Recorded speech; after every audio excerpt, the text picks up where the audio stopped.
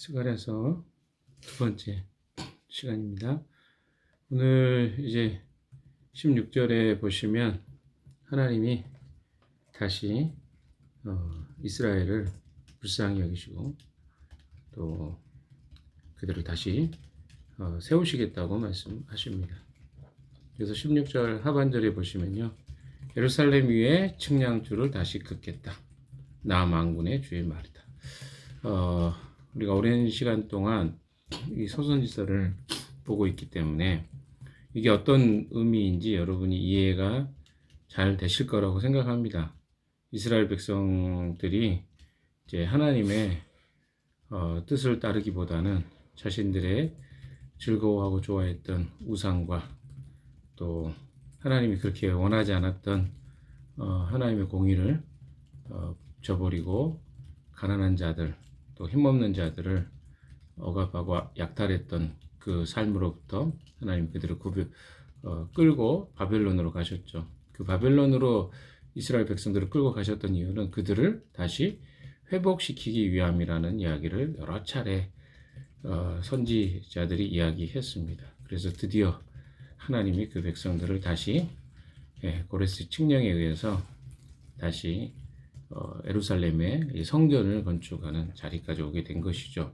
그래서 하나님이 원하시는 것은 다시 그들을 세우는 거죠. 측량줄이 뭡니까? 측량줄은 제가 여러 차례 이야기했던 그 균형을 잡고 위에서 아래로 쭉 내리면 그게 중심을 잡아주는, 그래서 무게 그 추가 실을 달아가지고 쭉 내리면 그게 고준 건물이 바로 서 있다는 것을 보여주는 그 증표가 측량줄입니다. 그래서 하나님이 건물을 다시 세우시는데 기초부터 다시 튼튼히 세우시겠다, 이렇게 말씀하시는 거죠. 어떤 건물입니까? 하나님을 경외하고 하나님을 온전히 섬기는 자들로 다시 내가 이 백성을 세우겠다, 이런 말씀입니다. 17절도 같이 읽어봅시다. 시작. 너는 또 외쳐라. 주가 말한다. 내 성읍마다 좋은 것들로 다시 풍성하게 될 것이다. 나 주가 다시 한번 시온을 위로하겠다. 예루살렘은 다시 내가 택한 내 도성이 될 것이다. 예, 어제도 이제 그런 비슷한 이야기 드렸는데 하나님께서 이 하나님의 백성들을 심판하셨던 이유는 그들이 미워서가 아니라 그들이 정말 하나님을 사랑하셨는데 그들이 하나님을 온전히 따르지 않았기 때문이라고 말씀을 드렸습니다. 자, 이제 그들이 회복되는 과정 중에 있죠. 그런데 여전히 아직 심판을 당하지 않은 자들이 있습니다. 누굽니까? 그것은 바로 이 예루살렘을 괴롭게 하고 억압하고 괴롭혔던 그런 나라들, 권력들, 그들은 여전히 존재하고 있었습니다. 물론 하나님의 심판이 임한 나라들도 있었지만 아직도 그 나라들에게는 그런 심판이 임하지 않고 있는 것이죠. 그래서 18절 이하에 나타나는 그 넷불 환상이 나타나게 되는 것입니다. 어제는 어떤 환상이 있었죠? 네.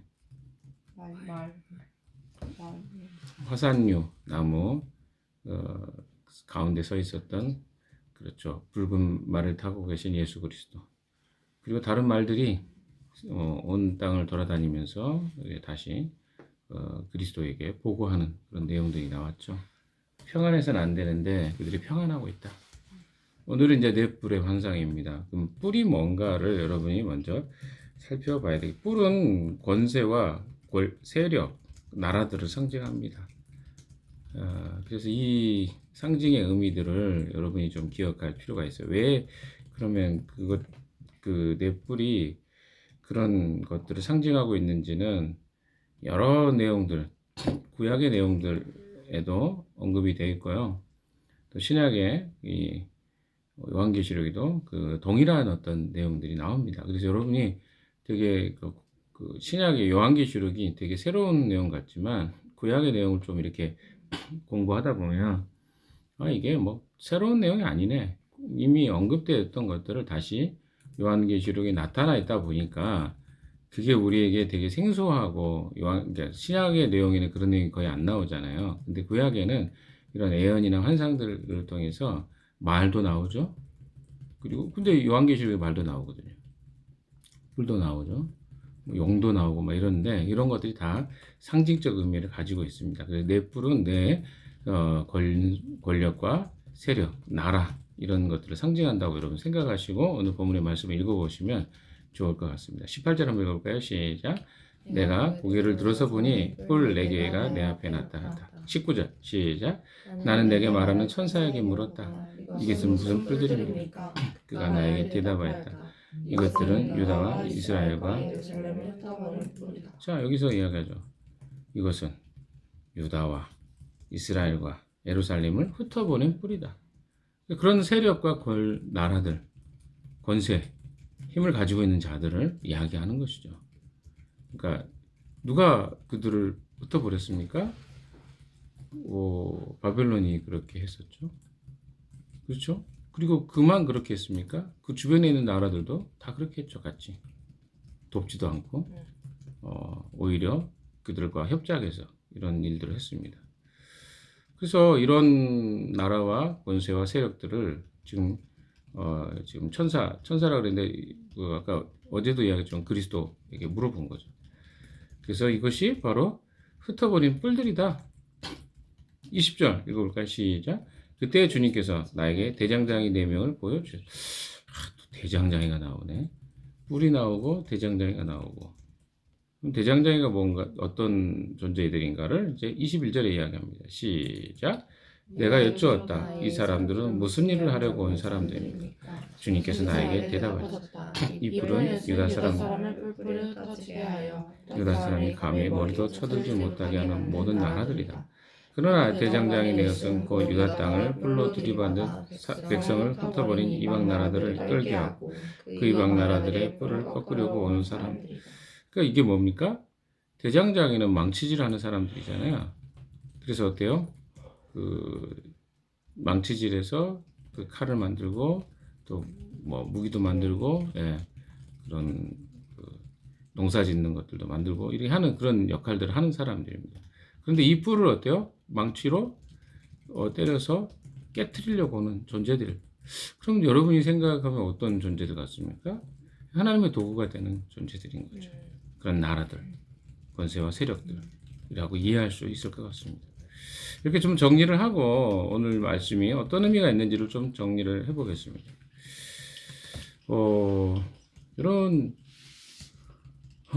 이렇게 선지서에는 이런 비유라든가 이런 것들이 종종 등장하는데 이런 것들이 나오는 의미 자체가 어찌됐든 환상 스가랴 선지자가 환상을 보았고 그 환상을 통해서 궁극적으로 해주려고는 하는 메시지를 여러분이 다시 상기해야 됩니다. 자, 그래서 어제도 이 부분에 대해서 한번 언급을 했는데 왜 하나님께서 환상을 보여주셨는지 왜 보여주셨죠? 그들은 지금 두려움에 떨고 있습니다. 어떤 두려움입니까? 자기들의 숫자가 작은 것 45,000명밖에 안 돼요. 그리고 어떻습니까? 그들이 처해 있는 상황. 과거의 성전은 초라한 성전의 모습으로 바뀌었어요. 나라도 지킬 만한 힘도 없습니다. 그리고 그들의 주변에는 여전히 그들에게 위협이 되는 수많은 세력들이 존재했어요. 그리고 여전히 페르시아라는 강대국이 존재했습니다. 여러분 생각해보세요. 페르시아의 같은 강대국이 이 조그마한 나라의 사람들은 언제라도 어때요? 마음만 먹으면 해쳐버릴 수 있는. 그래서 그들이 페르시아 눈치도 봐야 되죠. 주변의 나라와 국가들에 대한 눈치도 봐야 되죠. 성전은 건축이 아주 자기 일은 어때요? 지금 온통 쌓여 있죠. 내 집 나 벌이하기도 어렵고 막 이런 상황에서 성전 건축을 해야 된다는 그 도전이 되겠냐고요. 그리고 성전 건축한다 그래서 뭐가 특별하게 달라지는 게 뭐가 있냐고요. 뭐 이런 것들이 이제 그게 고민이었어. 그래서 이 고민 속에서 이 사람들은 굉장히 좌절하고 있는 상황이었습니다. 그래서 선지자적인 이런 애언과 메시지들은 그들에게 굉장한 큰 힘과 위로를 주었을 것입니다. 어제의 메시지 무엇이었습니까? 화살료 나무 가운데 서 있는 예수 그리스도. 그가 세상의 중심이셨고 세상을 통치하시고 다스리시는 분입니다. 자, 그렇다고 한다면 작은 이스라엘, 보잘것없는 이스라엘이 이제 어떤 모습으로 보일까? 세계의 중심이라. 이게 아직 잘 안 믿어질 거예요. 그런데 다시 이 네 뿔에 대한 비유를 통해서 무엇을 이야기해 주고 있을까요? 아, 우리를 괴롭혔던 것들이 저 네 뿔이구나. 그런 그 뿔들이 우리의 고통의 근원이었구나. 아, 우리가 그것 때문에 힘들었네? 이런 것들을 알게 된 거야. 그런데 그 뿔을 통치하시고 다스리시는 분이 누가 있다는 거야? 존재하신다는 거야. 그걸 알려주는 거야. 아, 우리가 두려워하고 떨었던 이유는 그 세력들이 잠깐 동안, 하나님이 허용된 기간 동안 우리에게 영향력을 행사하는 거고, 결국은 이 우리에게 영향력을 행사했던 것도 나를 하나님 백성 되게 하기 위한 도구였구나라고 이제 이해할 수 있겠죠.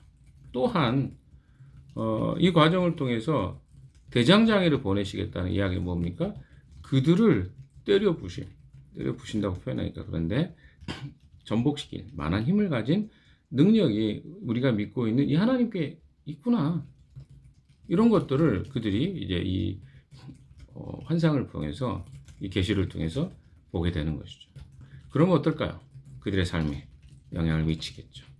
아, 내가 진짜 두려워할 것은 저기 보여지는 세력, 나에게 영향력을 행사할 것 같은 그 세력에게 내가 떨 필요가 없네 라고 하는 것들이 보이죠. 근데 이럴 수 있죠. 저는 이런 말씀을 보다 보면 우리가 너무나도 오랜 기간 동안 어떤 습관들, 경험들을 하다 보면 말씀해 주시는 이 말씀보다 내가 경험한 것들이 더 크게 보이기도 하거든요. 그러니까 실제 나의 삶은 현실이란 말이에요. 근데 이 성경 이야기는 현실이 아닌 것처럼 보여요. 그러다 보니까 우리가 현실 속에서는 자꾸 어때요? 다시 돌아가는 거죠. 현실이 더 커 보이네. 아, 내가 교회만 가면 또 아침에 큐티만 들으면 이게 그럴 것 같은데 막상 현실에 가보니까 안 되던데요. 여러분이 어디에 더 붙잡혀 있느냐가 더 중요한 거죠. 그러니까 사실은 진짜 현실이 무엇인가에 대해서 우리가 인식하는 것에 차이가 있습니다. 무슨 말이냐면 우리가 더 내 생각과 이 삶의 무게를 어디 두고 사느냐인 거죠. 대부분의 사람들은 내가 보여지는 것에 내 삶의 기반을 두고 삽니다. 근데 우리는 어떻게 산다고 했죠? 그리스도인의 삶은? 네. 우리는 보여지는 것에 의해서 지배받고 통제받는 삶이 아니라 보이지 않는 하나님에 의해서 통제와 다스림 받는 존재가 그리스도인이에요. 그러니까 우리가 그리스도인이라고 내가 칭함을 받으면서 보여지는 것에 의해서 통제와 다스림을 받고 살아간다면 우리는 여전히 그리스도인이라고 칭함 받는 존재일 뿐이지 그리스도인은 아닌 것이죠. 그리스도인은 어떤 존재냐면 그리스도가 나의 인생의 주인이고 역사의 주인이라고 고백하고 살아가는 사람들입니다. 그러면 어떨까요? 그 고백 속에, 그 삶 속에 보여지는 것에 의해서 살아가는 존재가 아니라 보이지 않으시는 하나님에 의해서 내 삶과 내 인생을 살아가는 존재들이 그리스도인입니다. 그래서 우리가 너무 현실과 보여지는 것에 민감한 것은요, 여러분의 그 크리스찬의 라이프 스타일은 아니에요. 크리스찬의 라이프 스타일은 보이지 않는 것에 지배와 그럼 우리가 미친 겁니까? 아니, 하나님 말씀에 통제와 다스림 받는 존재. 미친 것은 뭡니까? 어떤 근거와 어떤 사실이 아닌 것에 의해 통제받기 때문에 우리가 미쳤다 그러는 거죠. 그러나 우리는 진짜 솔직히 이렇게 이야기하면 그렇지만 세상은 다 미쳐 있잖아요, 뭔가에. 근데 우리가 미쳐도 바울이 이야기한 것처럼 주를 위해서 미쳐 살면 되는 거예요. 주님께 진짜 우리가 푹 빠져 살면 되네요. 근데 주님께 푹 빠지지도 않고 또 그렇다고 이 세상에서 빠져 있는 것도 아니고 이게 가장 어설픈 거 아닙니까? 세상 사람들도 미쳐 있어요. 뭔가에. 우리도 하나님께 우리가 정말 깊이 빠져 있는 거죠. 그걸 미쳤다고 한다면 미친 거죠. 그렇게 살아가는 존재가 그리스도인입니다. 그래서 오늘 말씀을 좀 정리해 보면요. 하나님은 현실적인 삶 속에 고통과 삶의 문제를 가지고 있는 이 유다의 백성들을 향해서 낙심하지 말아라. 내가 너를 생각한다. 그렇게 말씀해 주셨잖아요. 여기 17절에 나 주가 다시 한번 시온을 위로하겠다. 시온이만 위로해 주겠어요? 응? 우리 다 시온이잖아요. 어떻게 보면.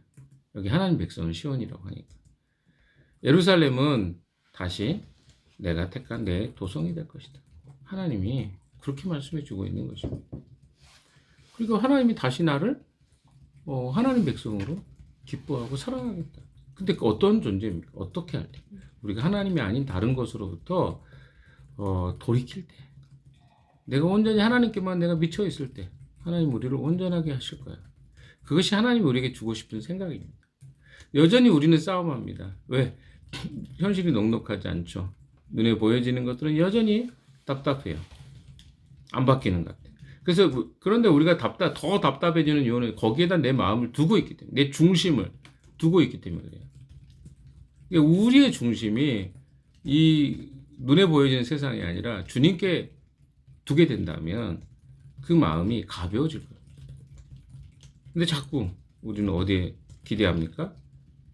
사람들의 말, 내 회사, 내 선임이 하는 말, 내 상관이 하는 말, 또 여러분이 기대하고 있는 어떤 사람들의 말로부터 인한 인정. 우리는 너무 많이 비교해요. 그래서 우리가 힘든 거예요. 그러나 하나님은 우리를 비교하지 않습니다.